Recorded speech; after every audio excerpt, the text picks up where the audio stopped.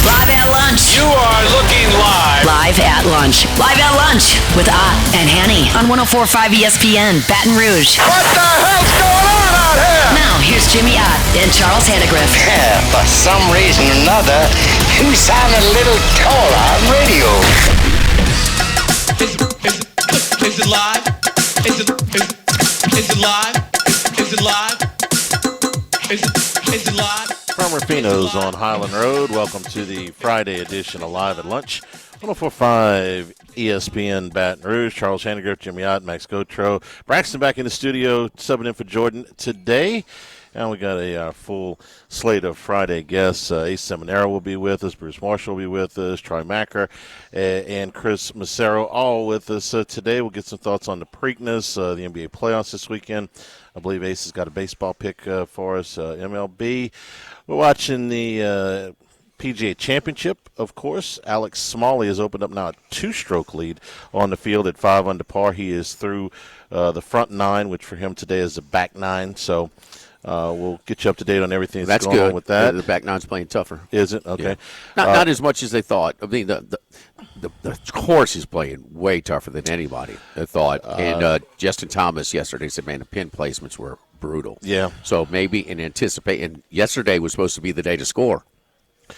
Well, if that's the case, then they're not going to get anywhere near that projected winning score. No, but you could put those pin placements wherever you want, and that's one of the things you kind of didn't know. But they, so there it is. But you wonder because with the rain, it was going to be soft. They thought it was going to be very player friendly, but I think they compensated for it with the pin placements. Yeah. We'll confirm that with Max. So Scotty Scheffler 2 over through 10. That's got him back down to 1 under par for the tournament. Was 3 over. Was 3 over, got a birdie back, so he is -1 for the tournament.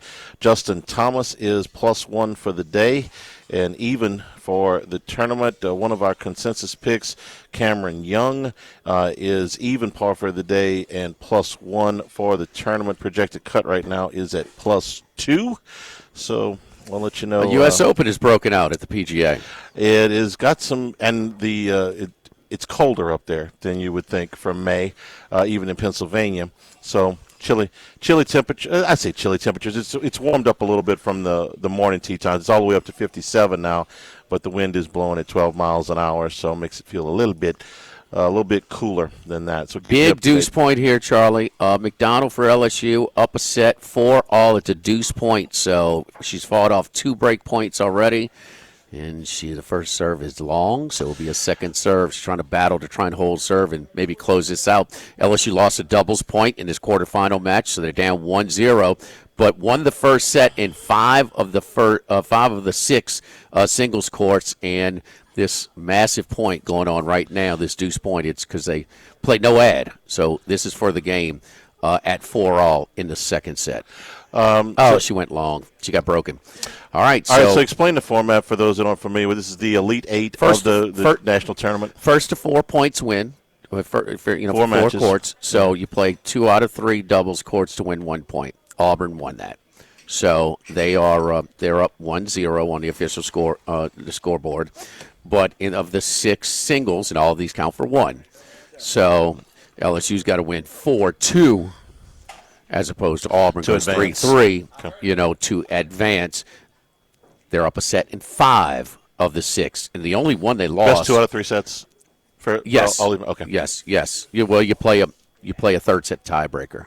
Okay. Yeah. It moves quickly. Yeah. It moves quickly. So So anyway, the up a set in all. I'm sorry, 5 of the 6, and the one that they lost was court 2 in a tiebreaker. So far so good. But you'd like to close that one out right there instead of going to tiebreaker. Anything can happen, as you would think. Last night, it is graduation day. We should say that. Congratulations to all the graduates out there today and tomorrow at LSU. We got just quite a few of those that we're planning on hosting here today at Rufino's. A number of athletes getting their degrees today, including 6 baseball players. So congratulations to all the graduates out there.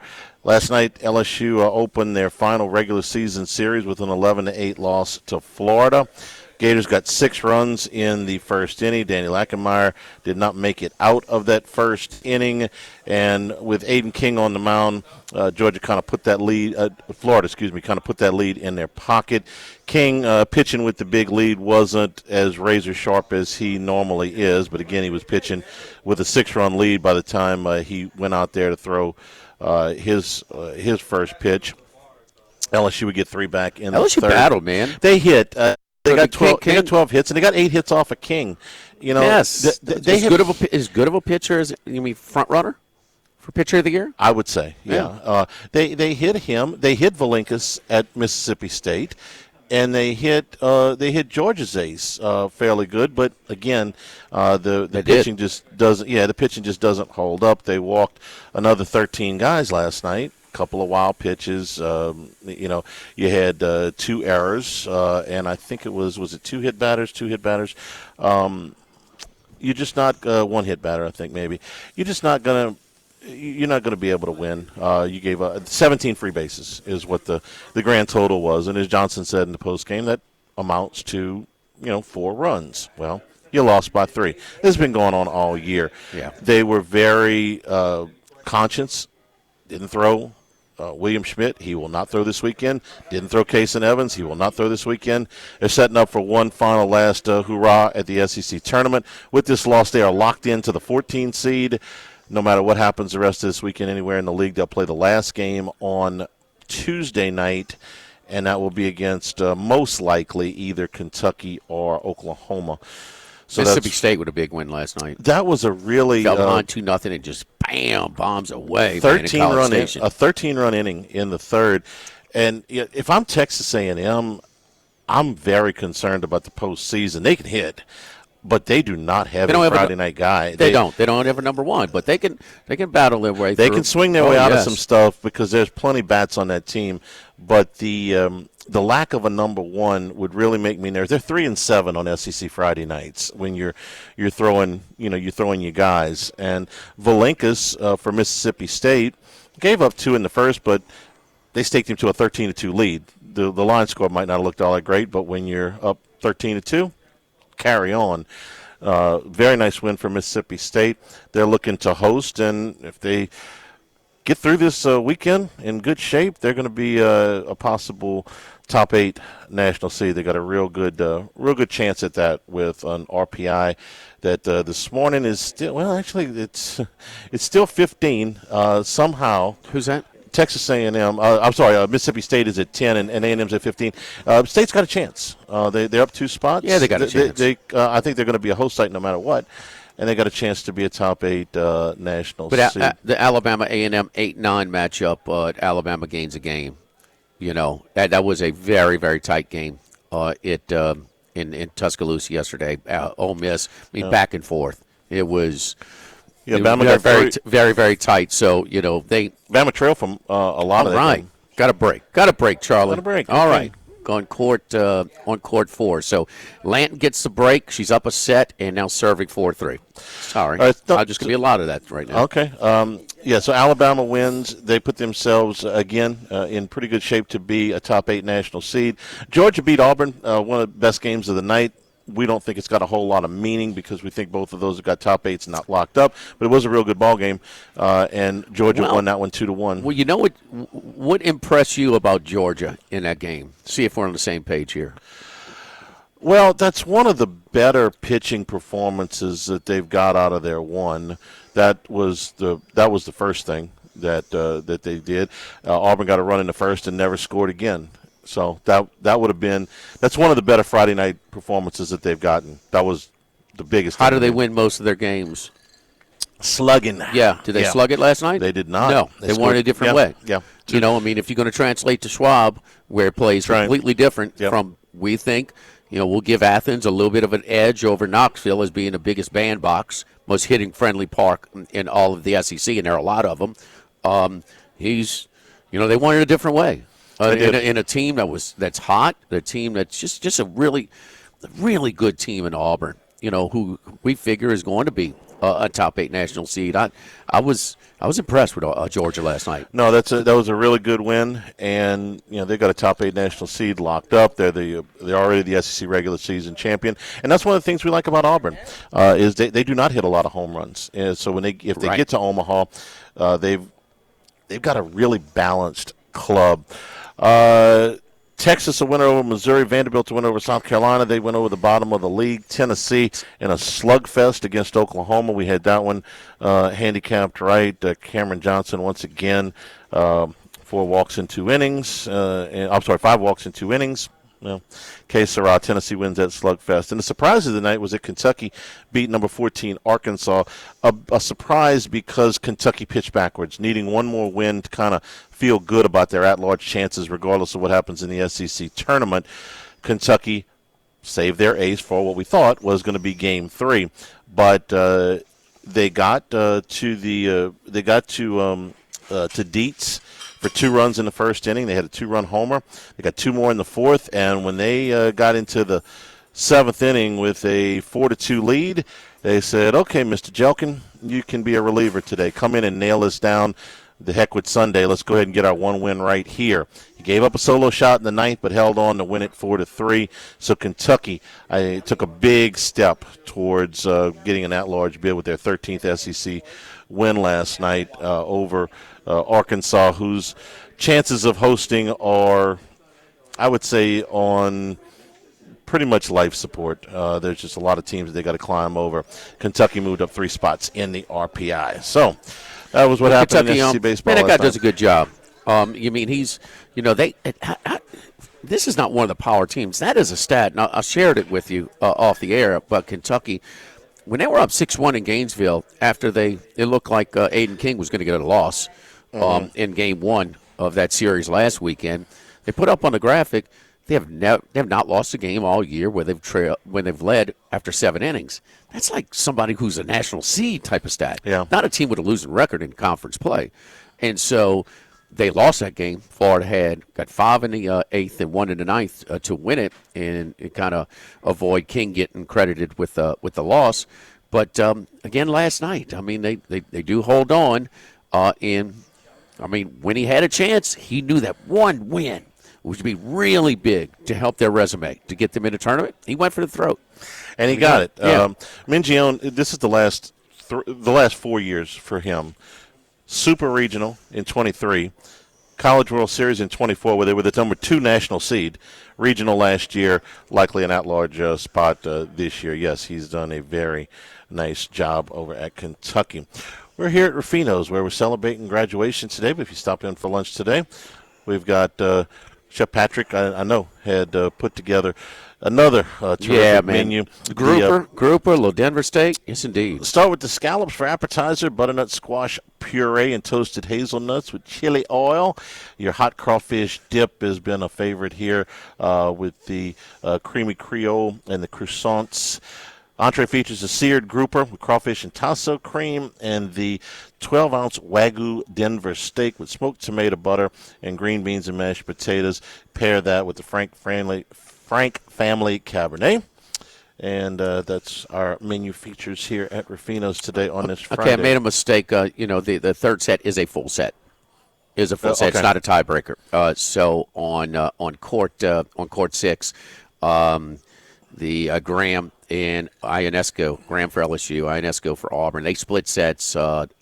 Bagel. Graham got bageled in the second set and got broken in the first set. The first game of the third set. So another one of these key points coming down to a third set.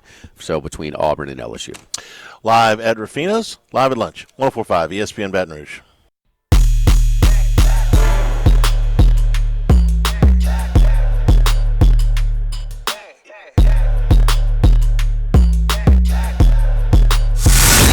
Lunch with Odd and Hanny from Rufino's on Highland Road on 104.5 ESPN, Baton Rouge.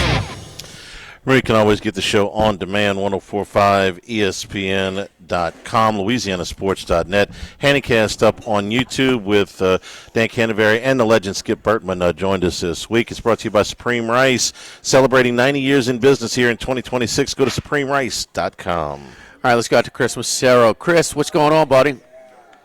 How we doing? Rooting in stat Pat Reed right now. I have him at 80-1, so he's hanging in there. He's even today, but only 2 shots back now of this guy Smalley, who I'm not that familiar with. Matt, it was one of Max's picks to be a first-round leader. We had to split the pot a little bit yesterday, but it was a nice one. Max, what did you get on him originally? Smalley was I got 100 to 1. 100 it got to 1? split down to about 14 to 1. Yeah, so we're well aware about this no-name Smalley guy, but Mr. Chris. So I'm rooting for Patrick Reed too. Great.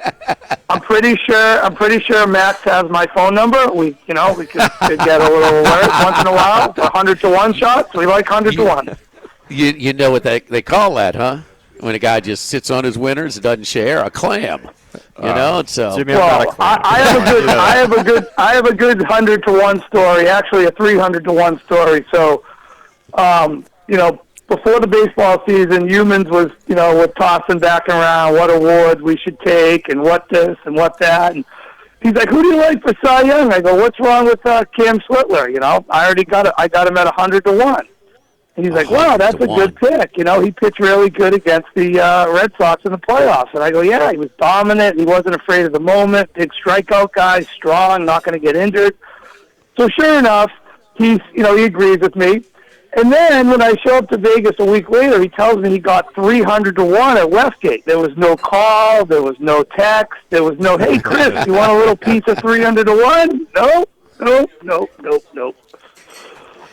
Cam. That's how it goes sometimes. And well, it's look, it's far from over, okay, but then you throw in the Skubal injury where they basically just take him off the board. That's the biggest thing. So, and then also Max Fried is hit a little bit of a speed bump. Back-to-back rough outings. They took him out with an injury the other night. Right. Yep. So, a couple of days ago we had Baltimore in that day game. But, no, and he's one of those – and Humans, if he's a Yankees fan, is supposed to know that because he's a proud product of their pitching lab where they increase his velo so much. And, well, being a Red Sox fan, at the biggest moment, he was really, really good. So there's nothing to phase him as far as, pitching in New York, So I'd like to have that, a piece of that as well. Max, I got 100. I got 100 to 1. I have 100 to 1. I'm not complaining that much. So I would have liked to have a little slice of 300 to 1. Pretty cool number to say, hey, I got a 300 to 1 shot, Well, we had about 100 to 1 on Skeens' rookie year. Yeah, but those are right. That's right. Early. Yeah, Smalley's thing is he's an elite ball striker, really, really good. And when he gets the putter going, he can have some low rounds. The problem is his weekend reputation is not very good. So I think he's playing well again today, like very admirable. I don't expect him to win this golf tournament, but he's a good player. What's his odds to be the leader after today? Plus 250. It's interesting. Oh, that's it's interesting low. as well. That's not 100 to 1. Yeah, no. He's 4 under with the wind kicking up this afternoon. That might be the first round lead, but it's interesting. Chris talked about Patrick Reed. We were talking about him during the break as a live shot right now at 25 to 1. The way he's playing today, steady golf, even par. He's got the toughest 5-hole stretch remaining in his round, but I think even at live odds of 25 to 1, Chris, I know you got him at 80 to 1 pre-tournament, but to me, seems like a good shot at 25 to 1 right now. Pat Reed? Yeah, some of that right now. I was looking at the odds last night, and he was like 45 to 1. I go, how is he 45 to 1? Just a tremendous player. He's won some majors, and to have him you're looking at the odds. I think Scheffler was plus 170. Reed's one shot back at 45 to 1. Just crazy the respect that Scheffler gets, and then you wake up this morning and Scheffler's. I woke up this morning, Sheffield was 3 over. He's 2 over now. Obviously, the biggest threat still, but just crazy the respect that he gets in the betting market.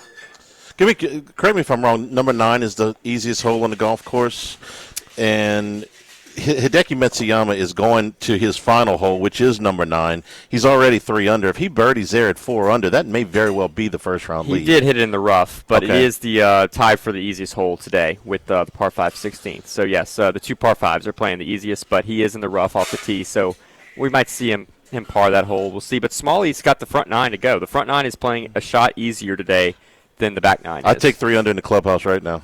I don't think that'll be the second round. Somebody's going to go out. One of these guys who start the day at 3 under might shoot 1 or 2 under. I think 5 under will end the day at the lead, but it's certainly a very good round that Hideki's got going. Chris, you got a Preakness or Black Eyed Susan ticket for us? You know what? The Preakness is tough. I mean, there's not really that many good horses. It really is a low-level event. I mean, some of the horses that are coming. I mean, the one horse that stands out to me is Incredible. The only question is, can he come back after running a really good Derby just 2 weeks ago? But I like the fact that Riley Mott, who's Bill Mott's son, he first call he made, besides to the owners, was to his dad and asking, should I really push for this to go for the Preakness? And Bill Mott said 100%. He thought the horse, as long as the horse came out well, which he did, he kind of towers over the field. I mean, he looks like, to make, if you're going to play any sort of tries or supers, this is the most logical horse to hit the board. Incredible to 12. A nice sixth-place finish, ran really well in the Derby against way classier, way stronger, way better horses. This is basically a drop in class, and he's going to get the same type of pace setup. Obviously, it's not as far of a race, but Incredible is going to be there close to the wire. If not winning it, he should be, second or third. The other horse that looks pretty much the best on paper is Taj Mahal, the one horse. That's the local horse trained by Brittany Russell, ridden by her husband Sheldon Russell. Would be a nice story. Local horse has only run 3 times, all 3 times at Laurel. So we can see those two. Those two look like the most likely hitters of the board. It just makes me wonder. I just get worried sometimes that maybe this is a race where some speed could get away, but it's just not a high quality type of race. The one horse that I kind of thought had a shot was the 7, The Hell We Did. Todd Fincher trained horse coming out of New Mexico, ran second in the Bluegrass. He gets Luis Saez, maybe a horse that could sit mid-pack, and you get Saez. He's a really good rider, aggressive rider. And then you got to look out for number 9, Chad Brown, Flavian. Anytime Flavian Press anywhere, you got to look out for him. The 9, Iron Honor. I'm just not sure that horse wants to go this distance though. So I don't have like a ticket I put together for the Preakness, but I think Incredible, as long as he doesn't get into too much trouble and he's fit and ready to go like apparently he is, he really should be there on the wire. He'd be my top pick, the 12 Incredible. You and Colucci on the same page. He's got Incredible as well. So we asked him if when he was DJing back in that era in the Bronx, if he went by the name of DJ Incredible. So anyway, my man Colucci. So where do you stand on the schedule conversation? I was actually watching the replay from last year in the Preakness, and I enjoyed it. And there's Randy Moss and Mike Tirico and Jerry Bailey. They were discussing it last year about putting another week, between the Derby and the Preakness.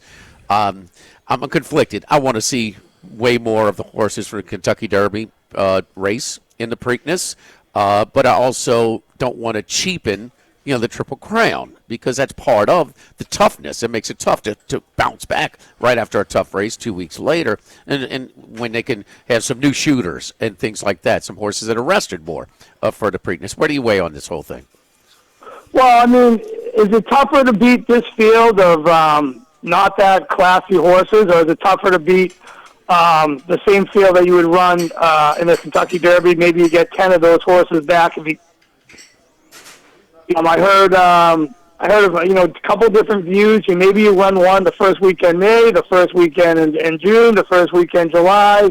You spread it out. You get all the fact that you could get all the horses, or say the majority of the horses from the Derby to the Preakness to the Belmont, and then maybe in the Belmont you have like 9 or 10 that are the ones that have run well. That would give more name recognition to the horses. More people would stay involved. Then as you go through the summer into Del Mar and Saratoga, some of these horses are familiar in people's minds. You might get a little more brand, like last year you had the nice rivalry between Sovereignty and Journalism. Baeza was involved.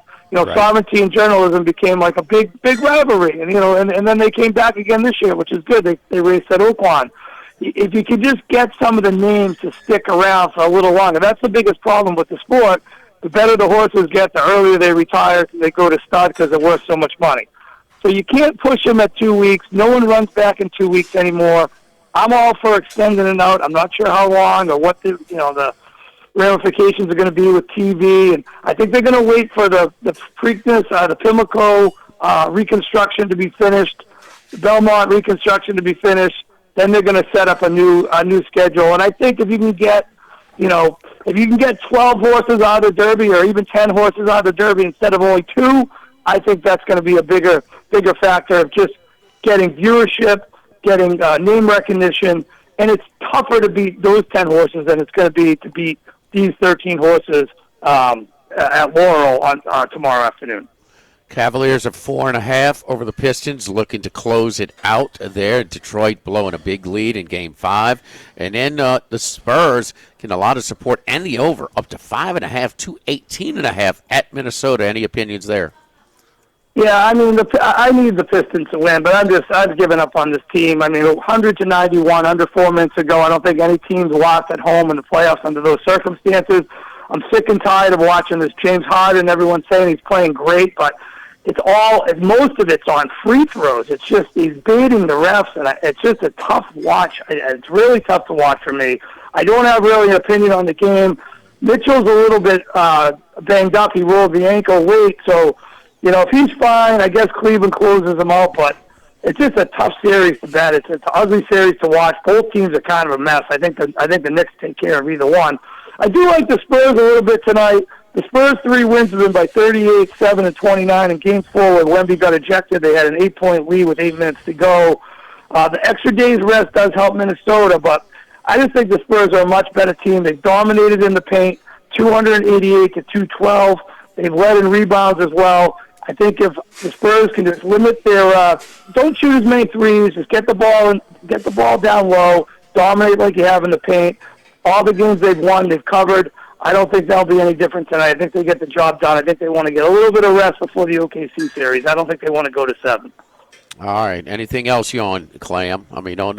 I will mention. Hey, listen, for all your listeners down there in the Bayou, I would like to let you know that I think the Saints are going to have a very good year. I play the Saints. I like the Saints to potentially win the division. I like them over the win total. I bet them at 50-1 to win the NFC, and their schedule is let's just say, not that tough. And when you're in that division, anything's possible. I like Kellen Moore as a play caller. I think they have a lot of weapons this year. And Shuck's a pretty, he doesn't have the glitzy glamour name, but he's a veteran guy. He's older, and I just think the Saints. I think it just sets up well for the Saints this year. And I look to find those big prices early this time of year, and the Saints kind of fit my criteria, and I think they're going to have a big year. I think they're going to be fighting for the playoffs, and if they make the playoffs, then we're starting the hedge game right away. Oh, well, Charlie and Max are so excited to hear that. They love the Saints. They love the Hoodats, boy. I mean, we talk about the they're actually a legitimate team now again. Huh? You can talk about them, perhaps. I'll put a ban on conversations for like the last 2 or 3 years. So, second easiest schedule on the board behind Cleveland on win percentage from last year. So there you that's go. good. No Thursday night football either on the schedule. So no Thursday night. But is it fair to say, like Tampa Bay getting a guy like Bain that slid in Atlanta with some new pieces? Is it say that pretty much everybody in the South might be improved? Yeah, I would. If Atlanta, it depends a lot on the quarterback, but yeah, I mean, I would say so. Yeah, and it looks like they're going to be able to keep is Tampa Pierce on the field. Oh yeah. I mean, Bain, yeah. Oh, they got some other pieces too. I mean, they lost Evans, but I mean, my gosh, I mean, how deep is he into his career? Mayfield's back, he's steady. So, yeah, I think they're better. I think they had a good draft. I think they did. Max doesn't think so. Okay, Max, stick to Smalley, okay? Patrick Reed, go ahead, Chris. So we appreciate it. Is that a birdie? It's just a par. I thought that was a birdie. Oh, man. Sorry to tease you. I know. All right, brother, good stuff as always. Good luck to you this week, and we'll talk to you next week. All right, sounds great, guys. Thanks. All right, don't forget, friends at Legacy Title, Chad Reynolds, Legacy Title for all your real estate closings, 296-0060, full-service title company servicing all of South Louisiana, buying, building, refinancing. Nobody chooses but you. Choose Chad Reynolds, Legacy Title, 296-0060. Live at Rufino's Live at Lunch, 104.5 ESPN Baton Rouge.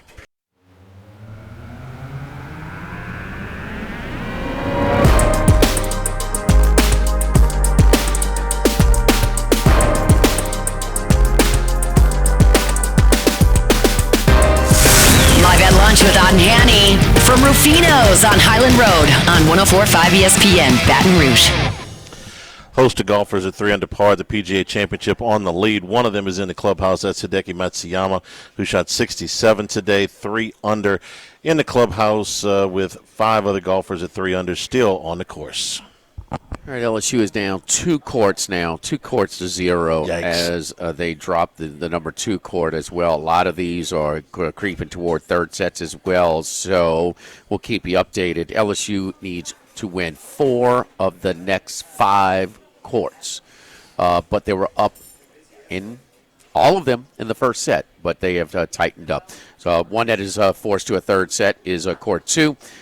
So Cross, I'm sorry, no. Auburn won court 2. Auburn won court 2. They're in the third set in court 4. So that was one of the matches, one of the courts that LSU won the first set. So Elite 8. It's shifting toward Auburn right now, live from Athens, Georgia. Let's go to Troy Macker. Troy, what's going on, buddy? No, nothing much. Just getting ready for what should be a quite fun sports weekend ahead.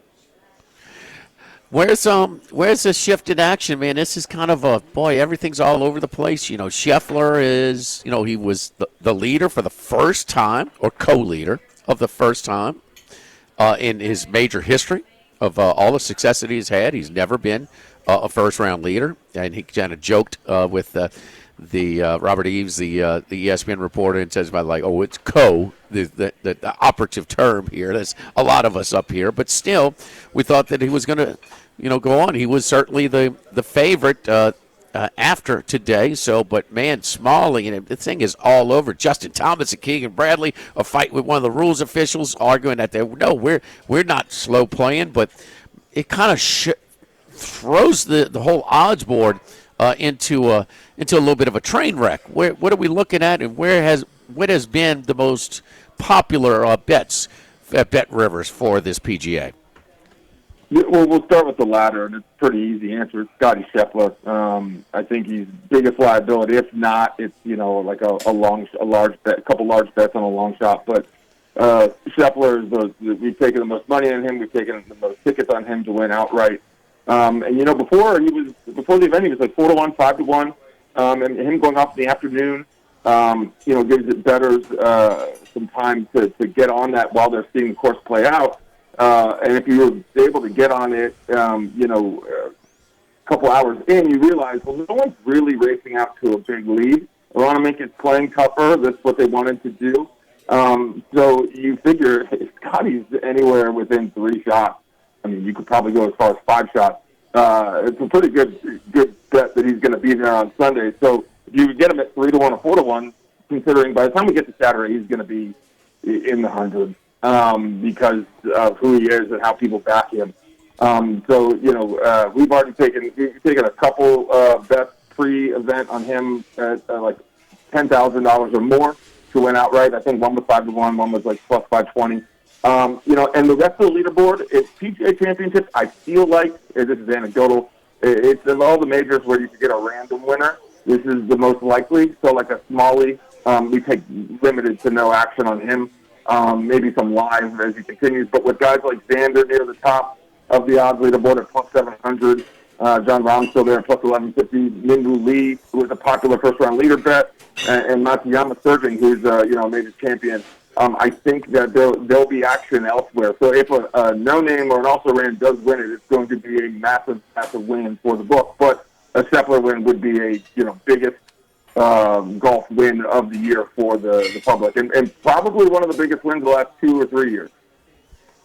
Speaking of big public wins, we've seen some of these projected lines to win the Eastern Conference Finals in the NBA playoffs, with the Knicks being like 180 against Detroit and like $3 or $2.80 against Cleveland.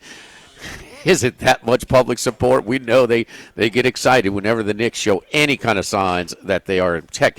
If the media's coverage is any representation of the betting public, boy, the Knicks seem to be really public moving forward. Yeah, absolutely. And I think a lot of it has to do with their competition. And, the Cavaliers and the Pistons don't really move the needle. If the Celtics were there, or the Sixers, I think that would have been, would have taken away from their short price. And, we are very big in the state of New York, and New York is a hometown state in terms of betting. To the extent that Illinois and Pennsylvania as well. We're we're big in those states, and the people back the home teams aggressively. New York is no different. But also, they have a superstar. They have a supporting cast. They've proven it by making it deep last year, and they, looked incredible against the 76ers. I think that all plays into it, along with them being, as public of a team on the East Coast as there is in the NBA. All right, Troy. And you like anything in the NBA tonight? A little doubleheader tonight? I like the Spurs to close out on the road, I've been backing the Pistons throughout the NBA playoffs, but and they're not very good on the road. They're 1-4 in road games in this playoff, but their one win was in Game 6 of the first round, and that was a gotta have it game, obviously, and so. I think I'm going to go with the Cavs, and that's probably going to burn me. Harden could get sloppy, have some poor turnovers. But when the Cavs play well, I think they are much better than the Pistons, though this has been a close series. So I would take the Cavaliers to cover and probably the Spurs to win. But haven't been betting a ton on the NBA in the playoffs thus far. All right. What about do we have another UFC tomorrow? How, Max? We have a fight night. We actually do have an interesting, though. Yeah, we have a Netflix. Ronda Rousey and Francis Ngannou are doing an alternate, not UFC. This is the debut of MVP MMA, which I'm sure you're really keyed in on, Troy. Who broke Ronda Rousey's streak back in the day, about 10 years ago? Holly Holm. There you go, Max. I did know that, actually. There's three big fights. You have Ronda Rousey versus Gina Carano, which would have been the biggest fight in women's history about 10 years ago. You have Nate Diaz, who's very popular, fighting Mike Perry, who has become very big on the bare-knuckle circuit, which is surprisingly huge on the Internet. And Francis Ngannou, who obviously fought Anthony Joshua in boxing and was a former UFC champion. None of these people have been fighting recently. These are big names that they're getting a big payday. If there's any bet to make, maybe you'd parlay, Rousey with Ngannou. But Rousey is going to submit Gina Carano. I don't think it's going to be a good fight, and Rousey to win is -205. There's something else on Saturday I just want to mention real quick, and I'll be betting on this. It's bright and early at 7:30 in the morning Eastern Standard Time, but basically the championship game for the Scottish Premiership Soccer League. And I don't expect you guys to know much about it, but this league is dominated by Celtic and Rangers, two teams that play in one of the biggest soccer rivalries in the world. Both those teams have won each of the last 40 championships of this league. Going back to my birth year, 1985, was the last time a team not named Celtic or Rangers won this league. Heart of Midlothian, plays at Celtic tomorrow at 7:30 in the morning, and if Hearts wins or draws, they win the league, becoming the first team to win the Scottish League that isn't Celtic or Rangers. It's the biggest story in European soccer. It's unbelievable, and Hearts is won or drawn in the last three games. You can get Hearts draw or double chance, which means Hearts to win or tie at +175. I love that bet. This is a huge deal, and I love events that are big, no matter if it's soccer or darts World Championship. I just like monumental, historic, important matches, and this is the biggest thing going in Europe right now. There you go. How close are you to Pimlico or Laurel, Troy? Oh, Laurel, 30 minutes. I grew up going to Laurel Racetrack on Thanksgiving morning with my dad and one of my friends' dads. So some of the sports books have shifted and have added a horse, a horse racing, app to there, or had it separate, whatever. I know that Bet Rivers has probably been in discussions. We know it's different licenses and things like that. What is the process to add a horse racing to your sports betting app? Oh, okay. So I know about only 3% of that, but there's a lot of legal processes. There's licenses that are different, and it is a very complicated process. But I will peel back the onion a little bit, and that is, we certainly have not offered horse racing in the 6 years I've been at Bet Rivers. I did notice yesterday, checking the best bets and the long odds, that we had horse racing bets taken, and it was at the Evangeline Downs, and you guys might be familiar with that. Sure. It is in Louisiana. Yeah, it's an hour away. The reason I know that is because I was at the pub last week with a buddy, and on one of the we were talking about and horse racing simulcast, and I was like, where is this bet or this race even? And it was the Evangeline Downs. So I googled it, and I was like, it's in Louisiana. Never would have guessed that. So there is some movement at Bet Rivers taking place to allow horse racing in certain markets, given the fact that we've taken bets in Louisiana on horse racing. But how we go about doing that is for our lawyers and people in our policy department, which I am very far away from. Follow Troy on Twitter at Troy Macker. That's Machir. Thank you, Troy. Good luck to you this weekend, buddy. We'll talk to you for Monday. Thanks, guys. All right, LSU, it's really shifted. They lost a court. They're down 2 courts to 0, and they are facing 3 match points on court 3. The McDonald fights off 1, fights off 2, fights off all 3, and now it is 5-4 in a third set on that one. So they're trying to battle back. They now need to win 4 of the 5 courts. The 3 of the courts that LSU won the first set, Auburn has won the second set, so they've lost the third set. So it's going to be very, very tough for LSU. Momentum has shifted to Auburn considerably. Don't forget our friends at United Community Bank. Running a business can be difficult enough without the right relationship with your bank. With United Community Bank's local business bankers, you're not just a number, you're a partner. Heath Meir, Nicole Glover, Hunter Creed, David Campbell, David Henry, and Prentice Wilkes, our great team of bankers at United Community Bank. Stop on by and discuss how we can help your business today. United Community Bank, member FDIC, equal housing lender. Live at Rufino's, live at lunch, 104.5 ESPN Baton Rouge.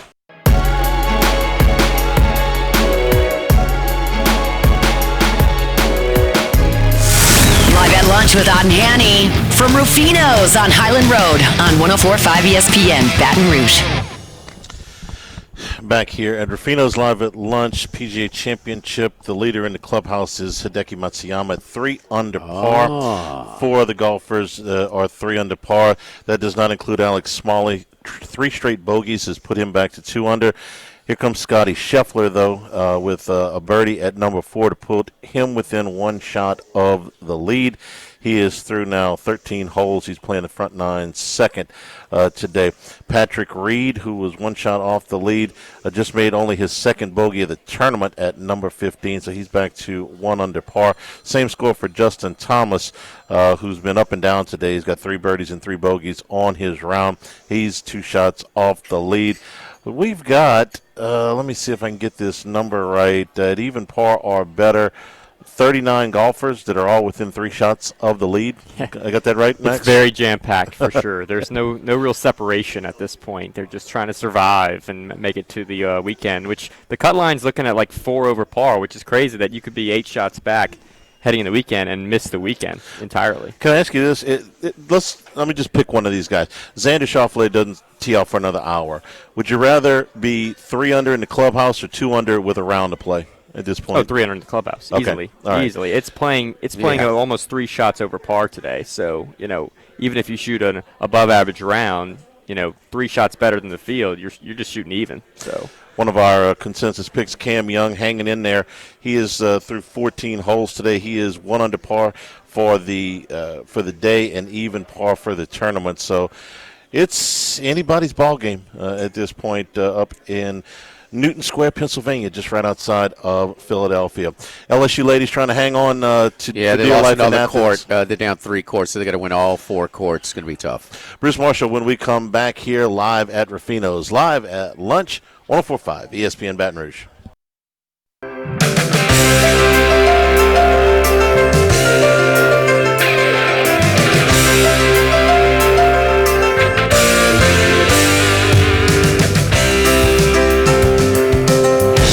He's out there somewhere in the world. Maybe even your local sports book. Can anybody help us? Let's bring in Bruce Marshall. Turn here at Ruffino's, your weekly features here on graduation day. The butternut squash puree scallops, the hot crawfish dip. Seared grouper is one of your entree features today with crawfish and tasso cream, and the 12-ounce Wagyu Denver steak with the smoked tomato butter, green beans, and mashed potatoes here at Ruffino's. Yes, indeed. Let's go out to the west into the desert, talk to Bruce Marshall. Bruce, how you doing, buddy? Hey, pretty good.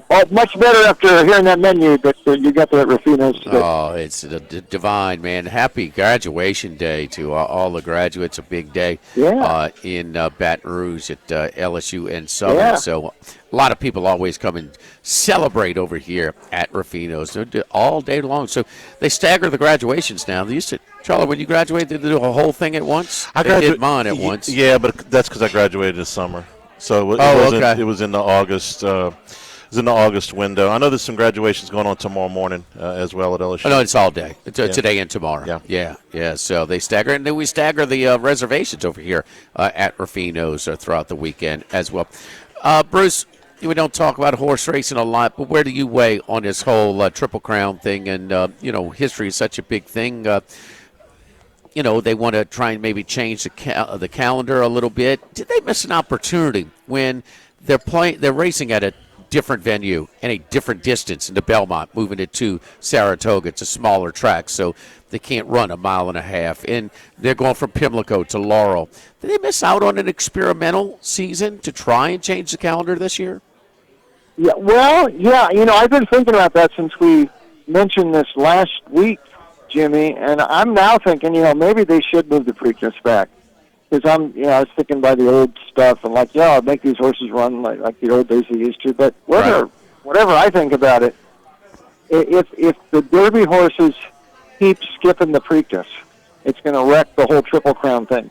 And if you've got to move the Preakness back another week, this is just the modern way. This is the way the horse industry is doing it these days. They don't like to run these horses that quickly. Then you've probably got to do it. I mean, like we mentioned last week, they did in '69. They moved, pushed one more week between the Preakness and the Belmont. And I think it's about time that maybe they do the same thing with the Preakness and the Kentucky Derby. And it's just a concession to the modern horse racing calendar and the way the owners and the trainers do it right now. They just baby these horses so much. But if that's the way they're doing it, I think to preserve whatever is left of the Triple Crown, they've got to do it. Now, at Laurel tomorrow, because they're running the Preakness there's a lot of... Maryland's trying to do something. Actually, I kind of applaud them so they can sort of gain ownership of the Preakness so they don't lose it, because that was something they were concerned about. They are upgrading Pimlico, which is a big political football back there. And this year it's at Laurel, and apparently they have, we talked about stuff before, pricing the fans out. Apparently they are really pricing this thing really high at Laurel, so there will not be a big walk-up crowd tomorrow at Laurel. As for Belmont, it's still another year at Saratoga. And I maintain, I know it's just it's mile and a quarter now because they're running at the Saratoga. When they ran, I mentioned this last week, when the Belmont was run at Aqueduct from 63 to 67, Aqueduct has a 1.5 mile track just like Saratoga. They started that at the top of the far turn. And I don't know why they can't do that at Saratoga, too, because it's not the Belmont at 1.25 miles. So even if a Triple Crown winner won this year, it wouldn't be quite the same. But I do think it's time to look at the calendar thing between the Preakness and Derby. Yeah. All right, Bruce, got a couple of NBA games tonight. In the first one, it's Detroit losing a late 9-point lead with about 3 minutes to go at home. It's one of the the first time it's some kind of historical record there. We saw that, but they did lose, and boy, it looks like it is. Detroit's just not ready to translate that regular season success into the postseason. We've seen it. We've seen number one seeds this year with Detroit. We've seen the Hawks with the number one seed before. We saw Cavaliers with number one seed last year. They didn't advance as deep as a lot of people thought. So they go to Cleveland now, and Cleveland's 4.5. Yeah. Well, look, the other night, both teams are trying to lose parts of that game. And I don't put it past Cleveland stumbling tonight because they have, especially some turnover problems they have at times, but they have not lost at home yet in the postseason. They finally broke through and won a road game, because it had been home no matter what in any Cleveland playoff game until 2 nights ago, and they finally broke through, and they have, if James Harden doesn't implode. He can do things and help you, like score 30 the other night. So you've got you do have, sort of scoring option 1A, 1B with Mitchell. And Mitchell did score 39 in the second half of Game 4. So, you've got two guys who can carry you there. And then if they just get a little bit of other help from the other guys, they got a chance. My problem with Detroit, and we mentioned this before, is the supporting cast around Cunningham, especially out on the road. Those guys, Jenkins and Robinson and the others don't seem to shoot quite as well, and it's putting too much pressure on Cunningham, and he is having some awful turnover issues. He's had 24 of them over the last 4 games, and that's a problem for Detroit. I know they've looked into the abyss 3 times against Orlando and survived. They won 3 elimination games, but that's a different kettle of fish because Orlando, without Wagner, Orlando is vulnerable, and in fact, they imploded so much they fired their coach after the series. That ain't going to happen with Cleveland. I think they close this thing out tonight.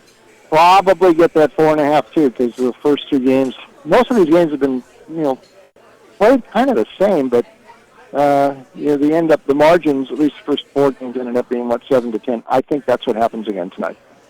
All right. What about San Antonio? 5.5 on the road, 218.5 at Minnesota. Yeah, Jimmy, I think I'm going to ride San Antonio here, and Minnesota, give them credit for winning 2 in this series. I thought they sort of a flash knockdown the first game that the Spurs weren't expecting Ant Edwards to play, and he did, and they just were sort of off, so they stole one in game 1, but San Antonio kind of took control of the series after that, and only that game when Wemby got tossed after just 12 minutes on the floor. Game 4 when he threw the elbow at Naz Reid. That's the only game Minnesota has won since game 1. And even that game, San Antonio was still ahead most of the way. They're ahead after 3 quarters. They're ahead well into the 4th quarter, and they just kind of didn't do it at the end. But that was without Wemby. He's there. It changes the whole thing. In the games he's played, full games, he's had at least 15 rebounds in every game in this series. He had another game where he had 12 blocks. He had another game where he had 39 points. Another game where he had 27 points the other night. They just don't have a real answer for him. And carrying the ball so well, that's the other. Wemby's passing is not bad. And when, he and Castle and Fox, they all had at least 5 assists the other night. That's just exactly what Mitch Johnson wants. They're sharing the ball. And 2 of these games in this series have been absolute blowouts. Those were 2 at home for San Antonio. Now they're going to do it. I think Minnesota's at the end of the line here, and Edwards still might not be 100%, and it's really asking him a lot to do what he did in Game 4 when he scored 32. He's down to 20 in the last game, and he just didn't have the other guys stepping up. I think San Antonio closes this out. Also, overs have been picking up in this second round a lot more than they were in the first round. I think it's now 12-6. And this series has gone over the last 4, so I think maybe this would go over as well. Bruce, let's move on to Major League Baseball. Of course, full schedule every Friday and Saturday and Sunday, so we'll get to maybe some plays tonight that catch your attention. But you're the guy we lean on for a historical perspective a lot, and Paul Skeens. So his rookie season, he is NL Rookie of the Year. He was top 3 finisher for Cy Young. He started the All-Star game. Second year, he starts the All-Star game again. He wins the Cy Young. And now after a 67.5 ERA, after 2/3 of an innings pitched in Citi Field in New York, he has gotten his way back to under 2 ERA. He has yet to finish a season with higher than a 2 ERAs. Under 2 both years. He's back under 2 again this year. Where does this, I mean, it's early. We've got a long way to go. He's just touching the surface as far as his career. Yeah. You throw out that game against the Mets, and by the way, that was O'Neal Cruz in the first game there. Misplay, I mean, there should have been errors on him, but they ended up, hitting Skeens. Right, unless he touches it on the fly, it can't be an error. Yeah, right. Yeah. But if he plays it better, Skeens might have got out of that. It's Bob Gibson, 68 almost with him.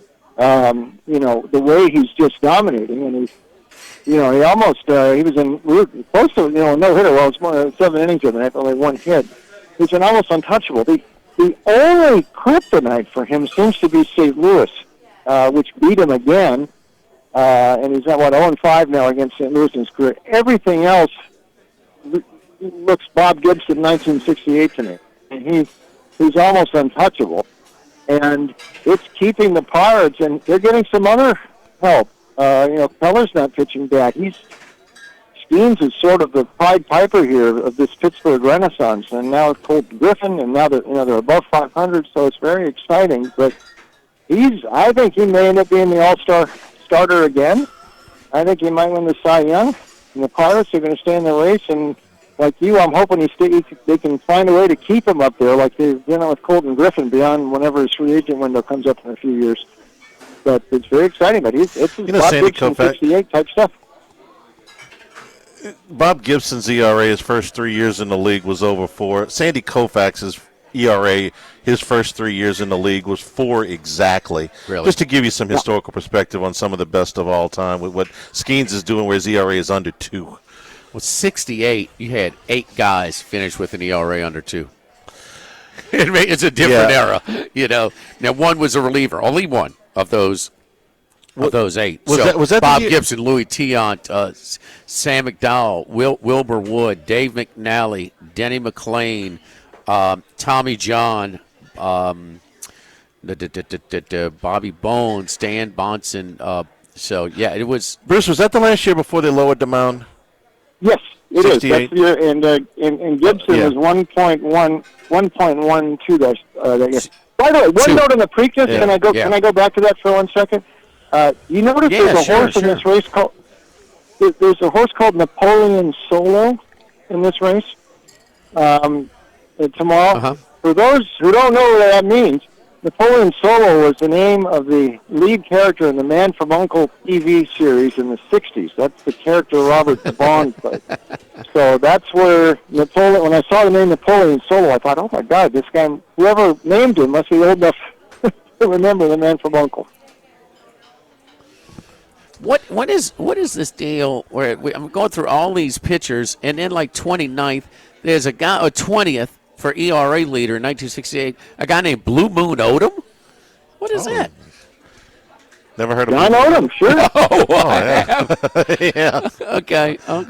All right. But the A's, to be confused I got with his Vitamin. autograph down in Maris, y'all. Yeah. I got Blue Moon's autograph down in Arizona a couple of years ago in spring training. Yeah. Anything on the schedule tonight that you like? Yeah, this is interesting. So we got interleague play tonight, and a lot of the rivalries going. Tampa Bay has been really good. Now they finally had a problem on Wednesday when they were about ready to sweep the Blue Jays, but they've still won 16-19. They've dominated the Marlins in recent years.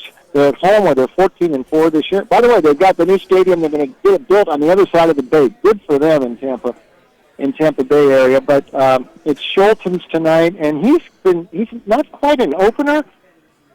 He's giving Kevin Cash like 4 innings, which is like a super opener for them, but he certainly knows how to do with the openers, and went the other way, but I would give Tampa Bay a shot tonight, and maybe a total, maybe an under in the Buckeye State battle, and that's with the Reds and the Guardians. And look at Andrew Abbott's recent games. He has finally figured it out. Bybee the other way is off a good start. Got this total at 8. Cleveland's involved in lower scoring games. I know the Reds just had a wild series with Washington, but that was more Washington's doing. I think it's going to be an under tonight in Cleveland in the Buckeye State battle. Yeah, it's rivalry week. The Florida team's playing, the Ohio team's playing, the New York Subway Series there. Chicago, the Cubbies go to the south side. The Battle of Texas and Houston. So Kansas City, St. Louis, the Battle of Los Angeles, Dodgers and Angels, and the Bay Area as well. So it is rivalry week in this weekend in Major League Baseball. Bruce, anything else that we forgot before we let you go? Hockey, it's going good. We got the West Final set up here. I think Mitch Marner might be ahead for the Conn Smythe if they had to vote right now. Bodorfia from Vegas is right there. Watch this Montreal. I think they're the surprise team tomorrow night. They can close out Buffalo. And you're looking at Montreal, Carolina, I think, and then for sure Colorado, Vegas, 2 great semifinals. But Montreal is a team I would watch. I think they're going to beat Buffalo, and I think they got a shot at Carolina. We will see. We in Vegas, who had been winning so many close game, boy, it was a little bit more of a statement last night. And no, we got a guy every Thursday reminds us of the Canadians. That little guy Colucci, so he's running around the Vegas, the Golden he's running around fan? Summerlin with that Habs jersey on. So he's a Golden Knights fan, right? Bruce, you're the best, man. We appreciate it. We'll talk to you next week. Thank you, buddy. Have a good weekend, boys. All right, Bruce Marshall. Official LSU does go down to Auburn in the quarterfinal round. What a great run this season. A little bit disappointed. They lost the doubles point, but were up on 5 of the 6 courts. They won the first set, but 4-1. So a decisive win by Auburn. There's no clock in tennis, Charlie. So things can shift. You can't run clock. We've got a new round of the day at Aronimink right now. 4 under par for the day, 2 under par for the tournament. My guy, Chris Goddard. Just birdied on 8, and he finishes on 9, the par 5. So here he goes. He is now 2 back of Aldrich Potgieter, who just got his round started. He did birdie one of the first 3 holes. So he is at 4 under, but he is just getting his round started. But Goddard putting up a very good number here. Maybe he could get in at 3 under par with a birdie on the par 5 night. Geez, he had a tap in like almost a gimme for that last birdie. Yeah, hit it to that 4 was a par feet 3. on par 3. Yep. Don't forget our friends at Total Maintenance, one of South Louisiana's oldest and largest AC and heating companies since 1980. It is hot, man, so we're really working those air conditioning units. Service today, every day. You call today, you will get service today. Nobody sleeps hot when they call 480-1000. We're factory authorized dealers for Carrier, American Standard, Dakin, and Ring products. My buddy Lucas Ragusa been working for a long time in this industry, as long as we've been doing sports talk in this market. So he understands what it takes to put together a great team to handle. We really have a first-class operation for heating, AC and heating company since 1980. Again, Total Maintenance, 480-1000, 480-1000. Live at Rufino's, live at lunch, 104.5 ESPN Baton Rouge.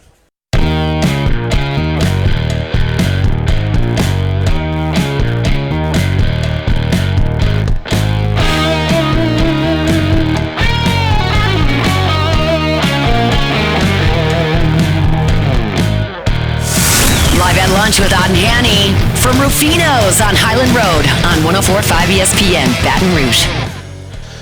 We return here at Rufino's live at lunch. Thibodeau Store Memorial Day early this year.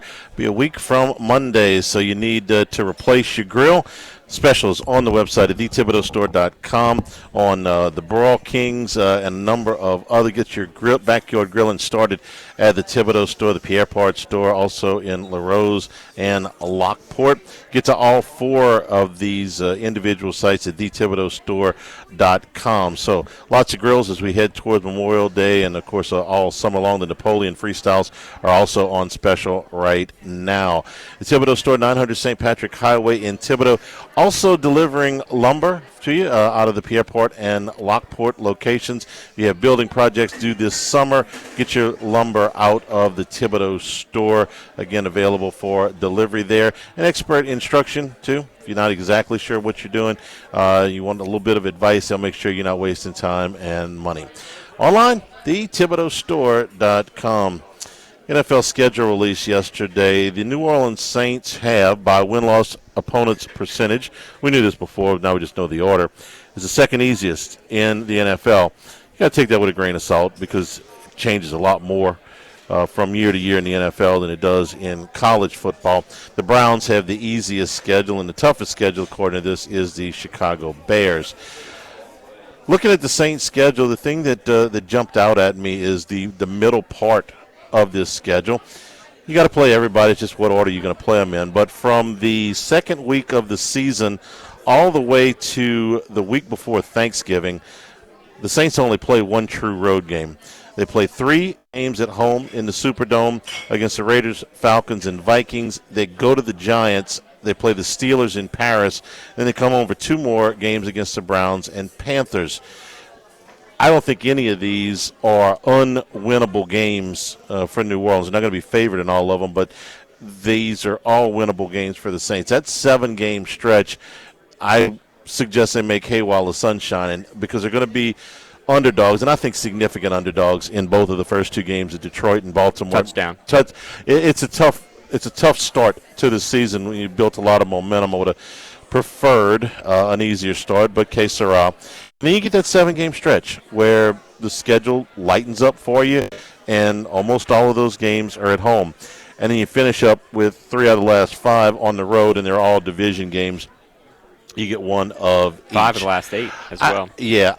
I would have preferred a little bit more balance. It's not a big deal. There's nothing glaring in this thing where they have to go on the road for 3 consecutive weeks. There's not the quick turnaround where you're a road game on a Sunday to come back on Thursday, or you're a road game on Sunday and going to a road game on Thursday. So there's nothing in there like that.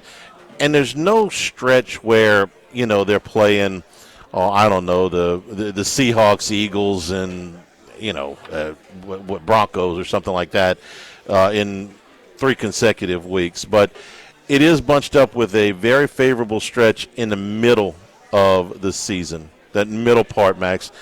Now, you tell me that according to – you asked me how many games I thought they'd be favored in. I said 6 or 7, and you told me I was shooting high.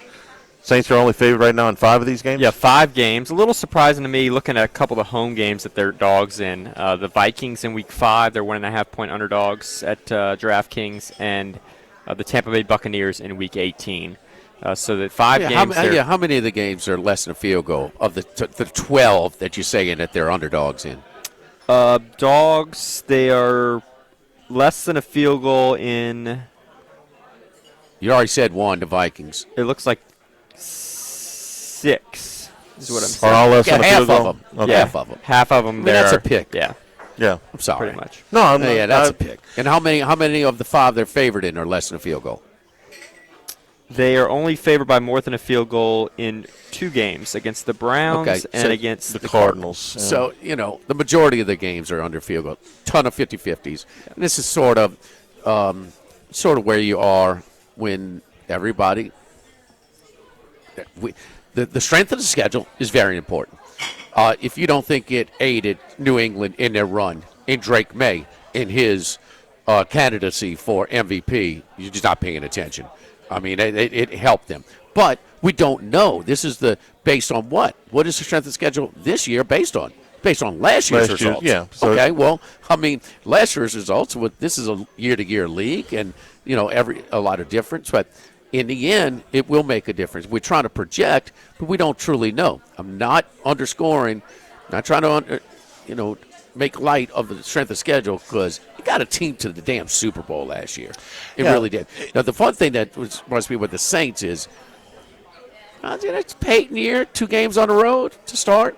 Now, it's not exactly Cleveland and Green Bay of that year, which is these games seem to be a little bit tougher. Lions, although they didn't that was one of their deals last year. They had a tough schedule. a really tough schedule. That division was very tough, and they paid for it. But that's a good team still. It's a good roster. That's a very tough place to play for an improvement. But still, they're 5.5, something like that. 6 is the spread for that game. So then rarely you're going to see teams favored over a touchdown where it's new teams and it's early when everybody is pretty much healthy with their roster. So the lines are tempered considerably. Couple other notes. The Saints did get kind of a tough end in terms of net rest difference. They are bottom 5 in the league. They'll lose 8 games or 8 days to their opponents based on rest, of their opponents or theirs. Was the big rest people the winners and losers last year? Last year, the Niners were big losers, and they struggled. And they complained about the league sending them as well to Melbourne to start the year this year. So they had a quarterback injury also last year. Yes, New England was, I believe, still went to the divisional round. Yes, they did. I will say doesn't fly to L.A. out of Cincinnati. You got to go to Melbourne. Never mind. A couple of the other notes: they get one primetime game, Monday Night Football against the Falcons in Week 4. I wish it was Week 3. That'd be the anniversary of the. They're doing that anyway. Coming. They're kind of saying that this is the 20 week later. Yeah. Nevertheless, and then you finish with 4 of 5 games against divisional opponents. 3 of those being on the road. So you're going to play a lot of divisional games, important games down the stretch. And then the other thing I was looking for is where do you play your Northeast outdoor games in the schedule? They play Baltimore in September, so that's good. You play the Giants in October, so that's good as well. But you do get late November games at Chicago, at Cincinnati, and then the rest of the way there. This is like third year in a row where the Saints had one of the weaker schedules in the NFL. Yeah. By the way, they did those average temperatures in Chicago and Cincinnati for those weeks. It's in the 40s, so it's not December weather. Yeah, I mean, you're probably not looking at snow or anything. You surprised the team that got the most primetime games? The Seahawks? No. I thought they got 6. Who got the Rams, right? Yeah, the Rams got 7. 7, yeah. Super Bowl favorites out of the NFC? Close to it? Big market? Yeah. Big market. Big market. I don't know if anybody in the market cares, but it's a big market. Well, they're trying to capture it. Yeah. And, and that's the biggest thing that I'm taking away from this. Now, Jim Nantz, in that interview where he talked, he was previewing the PGA, he also talked about, he said, listen, everybody thinks at NBC, the Sunday night, that standalone game, and this makes sense of the uneven schedule from noon to 3 o'clock that we complain about so much. Where, and we should have gotten a whole list when Fox branded it the game of the week, and they just don't want any competition. Nance said their 10 games where they had the prime, whether it's the Bills and Chiefs at 325, they had that game. They got better ratings than the Sunday night game 10 out of 10 times last year. Wow. That 325. So they don't want any competition for that 325 because they don't want the ratings to be, to compromise. They want it stacked. If they're going to put the game, they're going to put Raiders and, the Giants, and stuff like that. That's why I say every time you get, why don't we have this game in prime time instead of this? It's what you're talking about. It's that Fox and CBS have proprietary rights to keep some games out of prime time. And that's why you end up with the Giants from time to time, but not the Jets. The 325 is, between CBS and Fox, it alternates. It's probably the one. But all the other ones, they've really upped the ante on the standalone games, and they're trying to expand standalone games. They're doing a Thanksgiving Eve game this year. So Black Friday. Wednesday. Yeah, Thanksgiving Eve. Yeah, they haven't done that before. Yeah, that's right. More Wednesday games. Have they done are they doing a New Year's Eve? I think they are. That's rough. So but they are expanding the standalone menu. They're trying to push some of the more marquee games, and what it has done now. It's fine for Saints fans because most of their games are at noon, but the noon schedule is pretty light. As far as the quality games, I'm fine with it. If you're gonna slam them all in there. Well, I'd rather have not the majority of them not marquee matchups. when you're playing 7 or 8, and then you only have 3 at 3. The Thursday night schedule looks a lot better than it normally does. It looks very good. But very the Rams, They ramped that up understand last year, the year before. I understand the Rams are, but they are not the Cowboys. They are not the Bears. They're not even, but they won that number 2, and they are. What happens if Stafford goes down? Well, those games are. That's a tough one. So one quick correction. I said the 49ers had the worst rest schedule. That was actually 2 years ago. They actually had a favorable rest schedule last year. The 3 favorable rest schedules last year, the Lions, the Dolphins, and the Rams. Dolphins didn't do that well, but the Rams, they did pretty well, I'd say. Lions had a brutal schedule, though. The back end, I will say, the Saints and the Raiders had the worst rest schedules last year, but they were bad. They were supposed to be bad. The Commanders were also down there, and they struggled last year. They had a bad rest schedule last year. And the quarterback was hurt.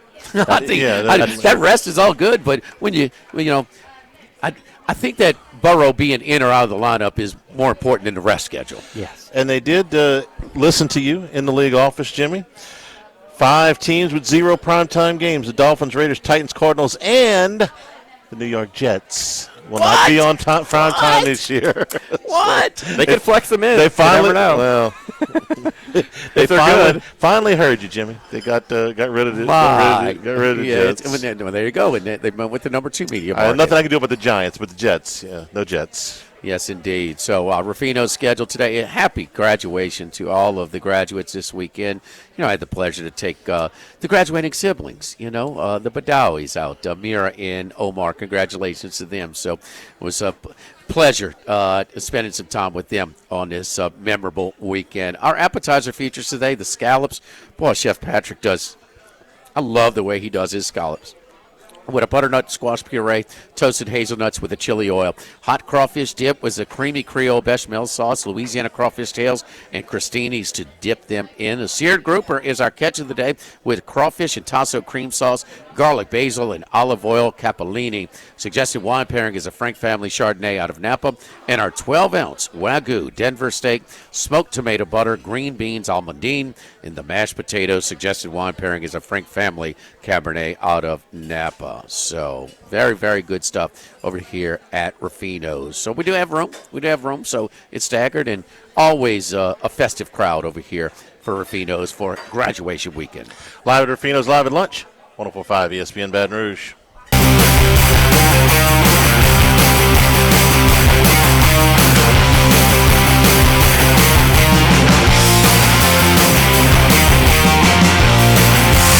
Live at lunch with Hanny from Rufino's on Highland Road on 104.5 ESPN Baton Rouge. And back here at Rufino's live at lunch. Max, what's going on to be PGA? We got another 3 under in the clubhouse. Yeah, Chris Goddard with the round of the tournament. He is finished for the day, 5 under for the tournament, 3 under for the tournament, 5 under for the day. He birdied his last 2 holes, or last 3 holes actually, 7, 8, and 9 on the easier, more gettable front 9. Not easy by any means, but just a little bit better, about a shot easier than the back 9. So we got, again, a very, very crowded leaderboard. I'm counting 7 golfers at 3 under par. Is that what you're seeing right now? Under par, yeah. No, 3 under par. Oh, at 3 under. Yeah, we're seeing, let's see, I'm sorry, I lost my, 8 or 3 under par or 4 under par at this point. The leader is Aldrich Potgieter, but he's through 5 holes. Yeah, and we got a Cam Smith sighting. It's his first time in a long birdie the first hole. He just changed to Claude Harmon, new swing coach. So really? He's a little bit frustrated with the state of his game and felt he had to break with his longtime coach, from childhood. So said that was a tough decision for him, but he needed better results, and so far it has panned out. A guy who has always been a great putter, and on these greens with how dynamic they are with the slopes, and you mentioned the tough hole locations yesterday that JT was talking about, he could elevate on really difficult, tough green complexes like these. The move to live in the non-competitive environment that is live, where it's guaranteed money, has not hurt anybody more than it has Cam Smith. I mean, he was kicking everybody's ass, and he just went Remember, disappeared. he won the Open Championship and was being asked about whether he was going to live, and he was. Oh, right yeah, afterwards. busted right, So right after. Immediately after winning his major. Yep. Do we have Ace on now? I know we were having some difficulties trying to get him. Ace Seminara now. 11-3 now in the free picks on Tuesdays and Fridays in Major League Baseball, and it's rivalry weekend. Ace, let's get to it. Subway Series, Yankees and Mets.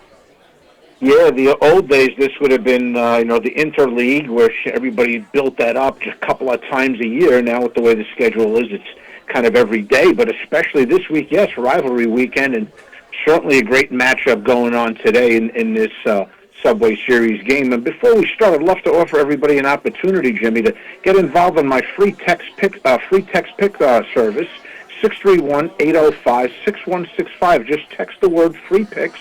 You're involved in my text service. You get my top-rated free pick to 7 straight days. Just text the word free picks to 631-805-6165. You're involved. You're getting my top-rated free pick every day. Let's get right to that game, Subway Series tonight. Mets off of their first sweep of the season. Absolutely god-awful start, 15-25 before they got these 3 here against Detroit.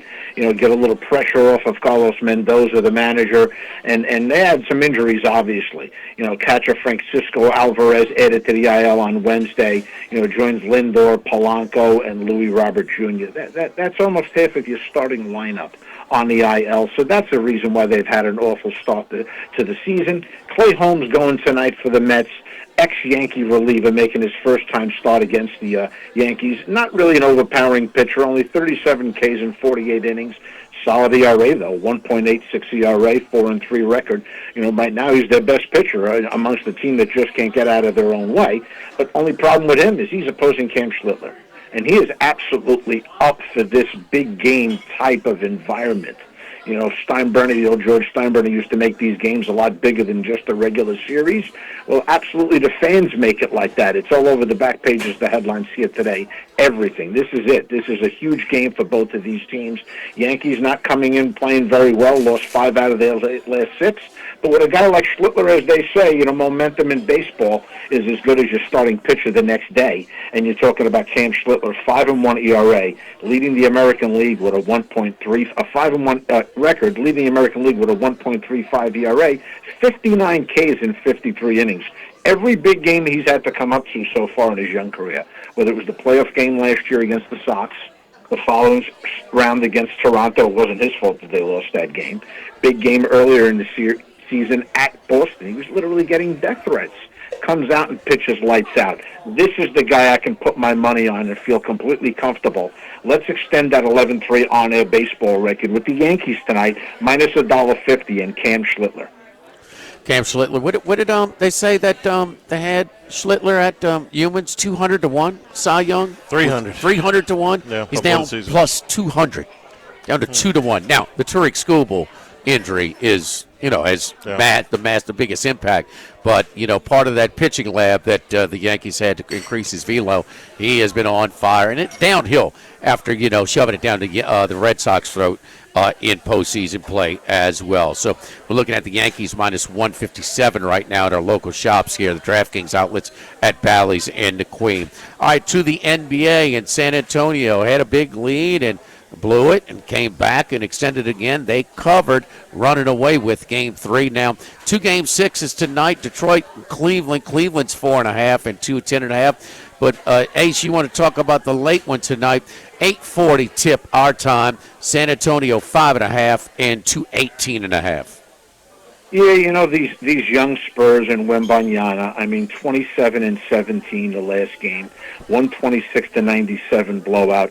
It's the second time in the series that they've held Minnesota to under 100 points. I know that doesn't sound like much, but in today's day and age in the NBA, that's practically front-page news when you hold a team under 100 points. What they've done is really just turned up the defense on Edwards. They held him to only 13 shot attempts last game. That's not a recipe for Minnesota. If Minnesota wants to win, they got to get Edwards into 20 shots at least. So they're totally shutting him down. He's not 100% yet. It's only but 3 weeks removed from that knee injury, and you're putting a lot of pressure on him. Jaden McDaniels, their defensive stopper, he's been in early foul trouble. That's been hurting them big time. Putting a lot of pressure on Randall. DeSunia, where is he? 43 points in Game 5 against Denver. Since then, his highest game, I believe, has been 18 points. So they need a lot of help. I don't think they're going to get it. San Antonio's defense stepping up big time. All those young guys, Stephen Castle, Vassell, they could easily be at law firm. Add in Dylan Harper, could easily be the rookie of the year. Then you got 41% defense on field goal percentage, 33% on three-point percentage, blocking 8 blocks a game and 9.6 steals a game. They've just been all in their shorts from the time they get off the bus. I think San Antonio's defense is going to tell the story again tonight, get that series completed so they can get the rest that they need to get on to the next round against Oklahoma City, which is the series that everybody wants to see. I like San Antonio, Wembanyama to dominate again, Dylan Harper, Stephen Castle, Vassell, all of those guys. You almost forget about DeAndre Fox. I mean, that guy's a heck of a player. This team is loaded with young talent. I like the Spurs tonight to get it done. I played them last night at 4.5. I see 5.5 tonight. I'm not worried about it. Lay the 5.5. And keeping an eye right now on the PGA Championship. If you remember, I told everybody to get on Justin Thomas as a top 5 player. Right in there. -2, hanging right in there, just a couple shots off the lead and showing up big time by saving a lot of pars and getting up and down from everywhere. I like our chances for the weekend.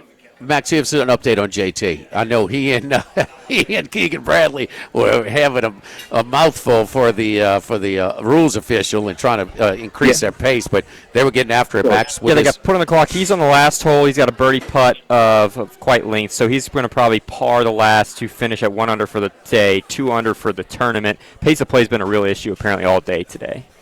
What, just because the conditions?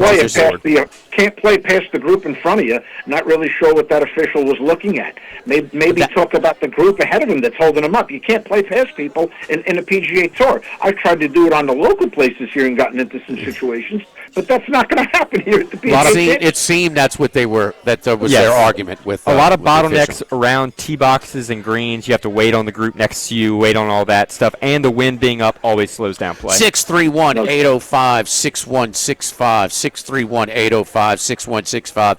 Text ACE. You're texting free picks to expand the coverage that you want to get outside of Tuesday and Friday. Ace, great stuff as always. Good luck to you this weekend. Talk to you on Tuesday. Have a great weekend, fellas. Yes, indeed. Charlie?